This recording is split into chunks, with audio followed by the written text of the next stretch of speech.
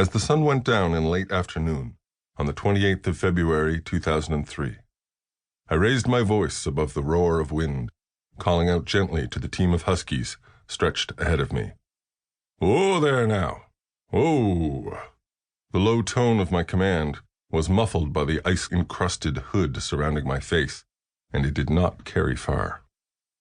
The dogs heard me, but they hardly slowed at the sound. What? Surely he's not thinking of making camp here. I stood heavily on the sled's steel brake claws, forcing them deeper into the wind-packed snow. Our momentum fell off, and 10 frosty dog faces turned back, baffled to see what I was going to do next.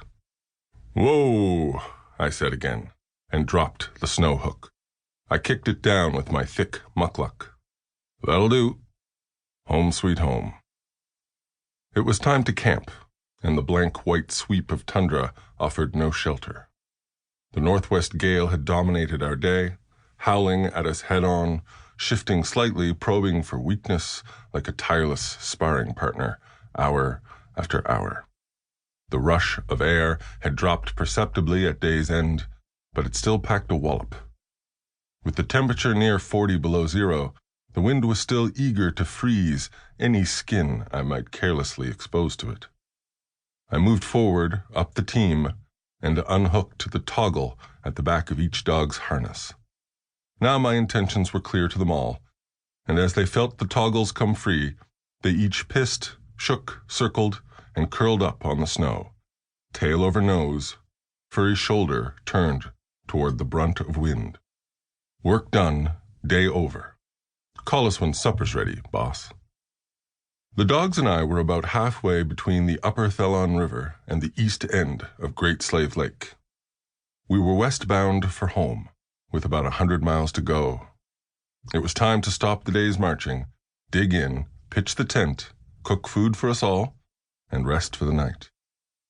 We would find no oasis of spruce trees, no cozy hut on these rolling plains. One barren hillside was as good as the next, and darkness was coming on. I started the chores. The dogs would sleep in harness that night, stretched out in pairs across a smooth, blank slope, so I only had to secure the forward end of their gangline to one of the stout aluminum pickets I carried in the sled. I walked to the head of the team again, poked the 30-inch stake into the packed snow, and made the gangline off to it. That done, I set up and lit the 2-burner camp stove, heaped big chunks of snow into a square cooker kettle, then sheltered the cooker and stove with a sheet metal windscreen. Over the next half hour or so, that snow would grudgingly become hot water.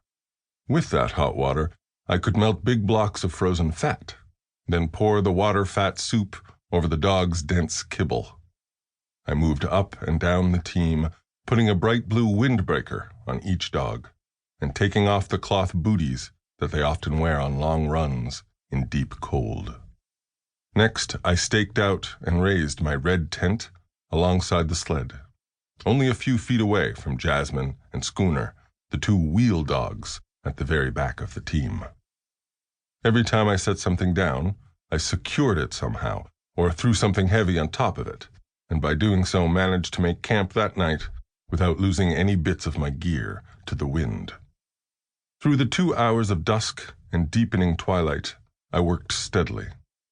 Finally, with everything done outside and the dogs all fed, I could retreat to the tent to cook and eat my own supper, a steaming kettle of caribou meat, rice, and butter, seasoned to simple perfection with salt and pepper. An hour later, I could begin to get ready for sleep. This is a laughably laborious half-hour project when tent camping in winter. Change clothes, arrange bedding, prepare the stove for quick lighting in the morning, wriggle into double mummy bags with their confounding tangle of drawstrings, cord locks, snaps, and zippers. At last, I rolled sideways in my cocoon of goose down and synthetic fluff and blew out the candle. Pure blackness.